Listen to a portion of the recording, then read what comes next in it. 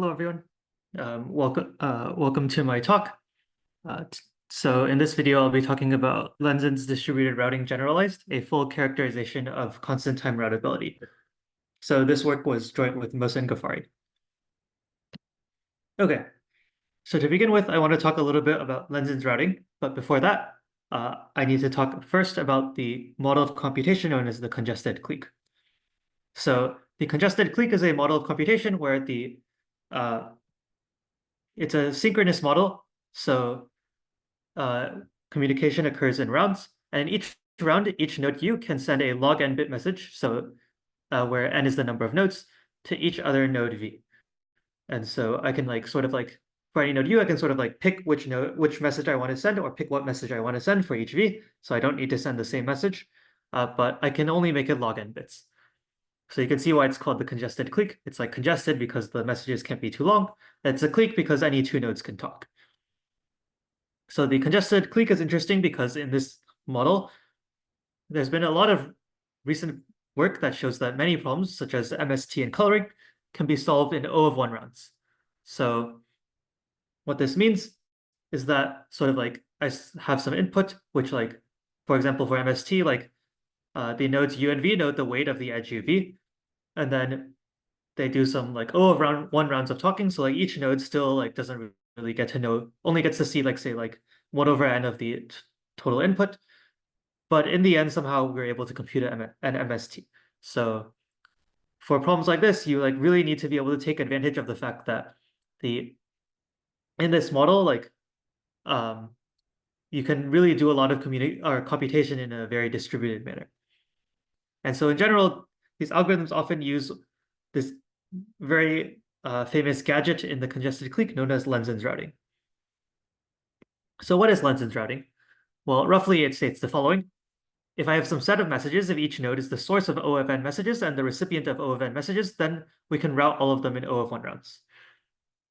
So for example, maybe I pair up the nodes, I pair 1 with 2 and 3 with 4 and 5 with 6 and etc. And I want each node to just send n total messages to its to the other node in its pair. So then Lenzen's routing says I can actually just do this because each node is only sending n messages and is only receiving n messages. So that's sort of interesting. For example, it means that I can basically just write down whatever communication graph I want, and as long as each node has in degree O of n and out degree O of n, I can have a bunch of multiple edges between two nodes, and as long as these degree conditions are satisfied, I can sort of just do all of this in one round. And so this actually suggests that the congested clique is a rather flexible model of communication as well. However, there's this issue, which is that the algorithm heavily relies on the fact that the communication graph itself is a clique. So for example, I think Lenzen's distributed routing algorithm basically doesn't really work if I require that if I remove some edges from the clique. And so our question today is, well, what if I actually just remove some edges? What if the communication graph is not a clique? Can we still perform Lenzen routing? And so observe that it turns out it suffices to check for which graphs G we can simulate a clique in O of 1 rounds. So by simulate a clique, I just mean I have some messages for any U and V, I have some message I want to send from U to V, and then I want to send all of these messages in O of 1 rounds. For which graphs G can I do this? Because once I can simulate a clique by Lenzen's algorithm, I can actually just submit whatever or I could just apply Lenzen's routing on top of that. So in other words, I just need to be able to simulate a clique on the graph. Okay, so before getting to the algorithm itself, I'm going to talk a little bit about a sort of necessary condition for doing this stuff in O of 1. So consider a cut AB. So observe that I have the number of messages I need to send from this left-hand side A to the right-hand side B is going to be exactly size of A times size of B. But in one round, I can only send sort of the number of messages I can send is just the number of edges in the cut. So I immediately get this lower bound, which is size of A times size of B over the size of the cut AB. So in general, I need this lower bound has to be a constant, which in particular rearranges to the fact that the size of the cut needs to be at least some constant times size A times size B. So rearranging this a little more, I get that if I define phi of g as the like minimum value of the size of the cut over size A times size B, then phi of g has to be a constant. So we'll call phi of g the minimum normalized cut, although for this talk, I'm just going to call it like phi or phi of g. Also observe that if I know what phi of g is, then if I just take the case where A is a single vertex, then I get a degree lower bound on the graph. Okay, so before proceeding to our main results, I want to talk a little bit about this relation to multi-commodity flows, which is a problem in which like we have a bunch of flow demands and like we would like to try to satisfy all of them. So in the uniform case of the multi-commodity flow problem, for each pair of U and V, I want to send like basically a single unit of flow from U to V. So it turns out I can apply latent and Rao's multi-commodity max flow min cut theorem, which states that if the min cut, in this case, like that's basically what they call what we call the minimum normalized cut, they call the min cut. It implies that if the min cut is epsilon, then we can send at least omega of epsilon over log n flow for each U and V. That is to say, for each U and V, I can send like sort of epsilon over log n flow. So for our problem, this shows that O of log n over epsilon rounds is sufficient.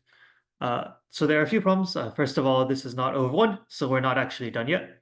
Second of all, this just shows existence and it does not provide a distributed algorithm for how to find this routing. So our main results are as follows. So just again to formalize the problem. So I know that phi of g is at least some epsilon, and I would like to simulate the congested clique in G. So that is to say, I want to route some messages M sub UV for all pairs UV. So our first result is existential. It states that there exists some routing that takes O of 1 over epsilon log 1 over epsilon rounds. Furthermore, this is tight. However, like this is just an existential result, so it doesn't imply anything about like how we might like actually do this routing in a distributed manner. It just says that like, well, if like, for example, like God like knew G, like God would be able to like come up with like such a routing, even if the like network itself would not be able to. So this improves on the bound from the latent and Rao multi-commodity flow theorem. So next we have a randomized algorithm, which runs in 1 over epsilon squared log squared of 1 over epsilon rounds. So this is basically just the optimal number of rounds squared is the complexity of the randomized algorithm. Next, we have a deterministic algorithm, which runs in poly 1 over epsilon rounds. So this is polynomial in the optimal number of rounds, but I think the polynomial is of rather high degree. So lastly, I just want to remark that theorem 1 and theorem 3 do not assume anything about epsilon. So for example, so even though we were starting off with the case where epsilon was constant, they apply like sort of like for all epsilon.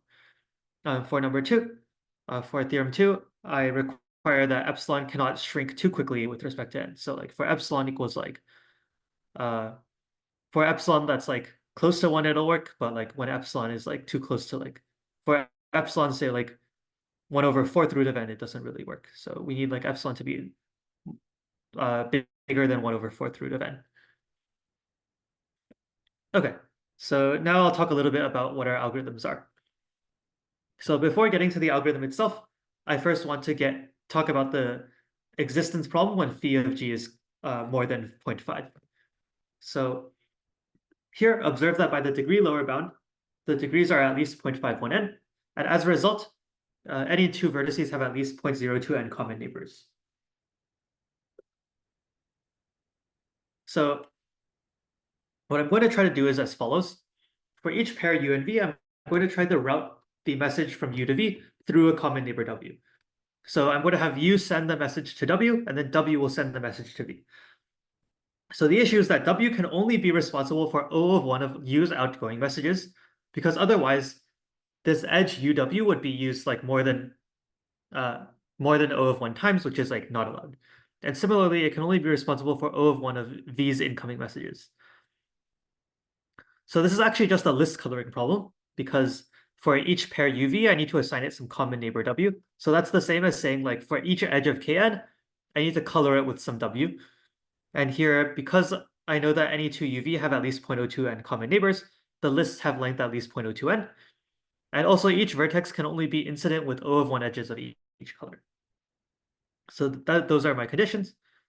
And so it turns out that if you say, for example, say each vertex can only be incident with like, I don't know, like 1,000 edges of each color, then the greedy coloring will suffice. So just like go through every edge in like some random order. And at any point, you'll like have at least one possibility for what color to pick. Okay. So what about turning this into a distributed algorithm? So the same approach doesn't quite work because first of all, like we can't just like process the edges in some order when we're doing things in a distributed setting. But more critically, like sort of like U and V don't really get to compare who their common neighbors are. So we don't even know what sort of colors are allowed.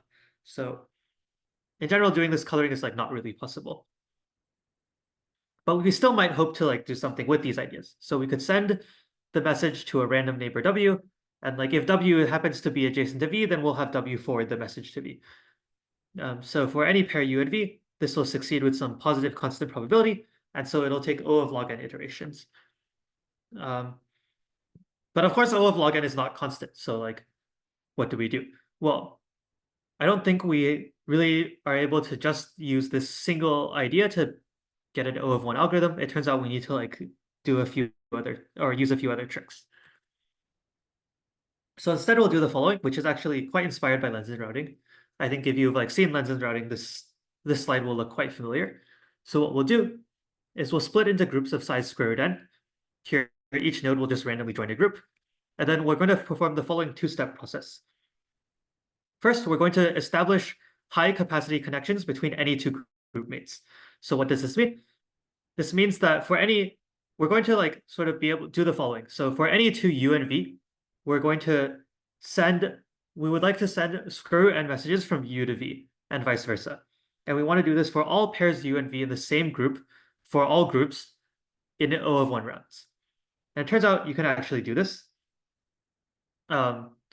Basically, to form the connections, we're going to like pick square root n of the common neighbors of U and V, and we'll do that. So you might ask, well, how do we do the pairing? Roughly, it's like random. It's like not exactly the process described in the previous slide, but something similar. And once we have these high capacity connections inside the groups, we can route the messages to the correct groups and then to the correct recipients in each group. So this is like basically exactly what is done in Lenzen's routing. So I'm not going to go into it further, but you can see our paper or Lenzen's paper if you're interested. Okay, so now for the more interesting step, I'm going to talk about how we actually reduce to the case where phi of g is very high. So the key idea is to connect each u to almost all v via random walks. So it turns out if you want to try to connect them to all v via random walks, you're going to require O of log n rounds. But you can try to get almost all v and then use the ideas in the previous slide. So formally, we'll do the following. So suppose u has n tokens, and each token takes a random walk for like t steps for some like capital T that we'll pick later. So if one of the tokens ends up at V, I claim that we now have a way to send messages from U to V. So why is this? Well, suppose I label the token T, and then like suppose like T takes this like walk from U to V. So first observe that like now I can, so basically observe that like now if I just look at this walk, so U knows that T, the first step of the walk is from U to X. X knows that the second step of the walk is from X to Y, and Y knows that the third step of the walk is from Y to V. So in general, what this means is that, well, if U wants to send a message to V, it'll just send it to X, which will forward it to Y, which will forward it to V. So you might also ask, like how does U know like that V is on the other end? Well, observe that like X also knows where it got the token from. So I can also just reverse this process. So this lets me send messages from U to V and vice versa. Okay. So next I want to talk about how to pick T. So we'll pick T such that T is at least 1 over phi of G squared. So by Cheeger's inequality, this will imply that big T is at least the mixing time. So U's tokens will be well mixed. So this process will connect U to at least 0.9 other nodes. So there are a few things I want to like clarify here. So one is that like I said that each token takes a random walk for T steps. So one issue that might happen is that like in like say step 1, maybe like log n of the tokens will try to use a single edge. In this case, we'll basically only like let some constant number of them through, and like some of them will just be like forced to fail. And like what we're able to show is that the number of tokens that fail is like very small, and in general, doesn't like does not have a like significant impact on the eventual degree of U.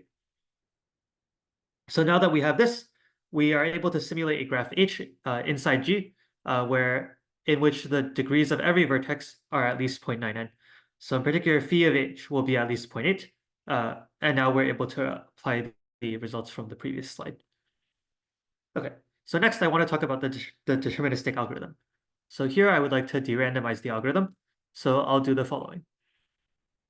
So our basic goal is going to be to try to modify the randomized algorithm to have failure probability exponential in negative n squared. So why does this work? Well, observe that there are only, like, say, 2 to the n choose 2, which is like exponential in n squared possible choices for the network graph G. So if the failure probability is exponential in negative n squared, then there exists some choice of randomness that works for all G. So why is that sufficient? Well, if there exists some choice of randomness that works for all G, then the nodes can deterministically find such a choice by just brute forcing all possible choices of randomness. And here we're sort of using the fact that the nodes have arbitrary computational power in between the rounds. So like at the beginning, there'll be a pre-processing step where like the nodes will like run this like very, very large computation, and then they'll like figure out what their choices of randomness should be, and then they'll run the algorithm with that choice of randomness, and then it'll just work, regardless of what the network graph G is. Yeah, so we need to get the failure probability down from like exponential in like roughly 4th root of n to like exponential in negative n squared. Okay, so our main change is going to be to the random walk procedure. The other steps will also have to change, but the bigger change is the random walk. So for this, we will need to construct a de-randomization-friendly token spreading procedure. So what do I mean? Well, the old algorithm was like, we'll start with n tokens at U and send them on random walks. And then each V that has a token at the end, we're able to let U talk to V. So the issue is that like de-randomizing random walks is quite difficult in distributed networks. So by which I mean like sort of like the dependencies are like all very messed up, because like sort of like every random walk is like it's like whether or not it's alive is sort of like conditioned on like all the other random walks. So it's like quite messy to deal with. So instead we'll do the following. Each step for each node U, I'm going to generate a matching M sub U such that the matchings are disjoint. And then what am I going to do with these matchings? Well, for each edge xy in the matching, if x has more tokens than y, then x will send half of the difference to y, so that afterwards they have the same number of tokens. And so in particular, like there's never going to be any failures. So all of the tokens will survive. And so now, and also like sort of like you can observe that like sort of like because the matchings are disjoint, sort of like the spreading process is like somewhat independent. I mean, they still have like dependencies, obviously, based on like just due to like how we're generating the matchings. However, like we'll be able to reveal the randomness in a way that lets us get the failure probability down a lot. Okay, so right, so if we generate the matchings according to this procedure and then just like spread the tokens as such, what we're able to guarantee is that with probability exponential and negative n squared, at least 0.99 n of the tokens or of the nodes will have a degree at least 0.99 n. So that is to say, for at least 0.99 n of the nodes U, they at least their tokens will end up at like 0.99 n possible V's. And this is actually quite important because like in order to get because like for each individual node, the probability that it's like good is like roughly exponential and negative n. So in order to get it up to n squared, we need sort of like we need to allow a constant fraction of the nodes to fail, which we do here. So in this way, we're able to embed a graph H with phi of g at least 0.98 on a subset of the nodes. And then we can use a modification of the ideas for high phi of g on H. We'll also have to do some tricks there in order to get the failure probability down, but we are able to get it to work. Okay, so to recap, we started with this problem in which we had some graph G and we assumed some lower bound on the minimum normalized cut phi of G, which is to say that for any cut A and B, the number of edges across the cut is at least the epsilon fraction of the possible number of edges across the cut. And then we wish to simulate the congested clique in G, which is to say we had messages M, V, U, V for all U and V, and we wanted to send all of these. So we showed that it's possible to send all of them in 1 over epsilon log 1 over epsilon rounds. We showed that there is a distributed randomized algorithm that routes all the messages in 1 over epsilon squared log squared 1 over epsilon rounds, and that there's a deterministic algorithm that works in poly 1 over epsilon rounds. So there are a few open problems that are left from here. First, we would like to get the round complexity of the randomized distributed algorithm down to the true number of rounds required. So the main bottleneck here is the Cheeger inequality that we use, which gives us a 1 over phi of g squared number of steps required before the random walk-in mix. So I think to get around this bottleneck, we probably either need to change the random walk or use a more clever approach to do the token spreading, but we think it should be possible. The second thing we're interested in is improving the deterministic complexity and trying to get it down to something that's closer to the true number of rounds required. So right now, I think the degree is quite high, maybe high double digits, low triple digits, and getting that way down should be very easy to decrease it by a lot. Although I'm not sure if 1 over epsilon squared is also possible, or is also possible with the ideas we have. Of course, the other thing that we're interested in is right now the deterministic algorithm requires this massive computation at the beginning, and we would be interested in modifying the algorithm so that it does not have to require exponential computations. So one possibility for this is that, well, the matchings MU are currently being determined by some essentially some random process, and we think that it should be possible to perhaps generate the M sub U's ahead of time, and then if we can generate some choices of MU that work for all graphs ahead of time, and in a sort of polynomial time manner, then we should be able to get the computational overhead at least down to poly n and 1 over epsilon. Yeah, so those are the two main open problems. So thanks again for listening.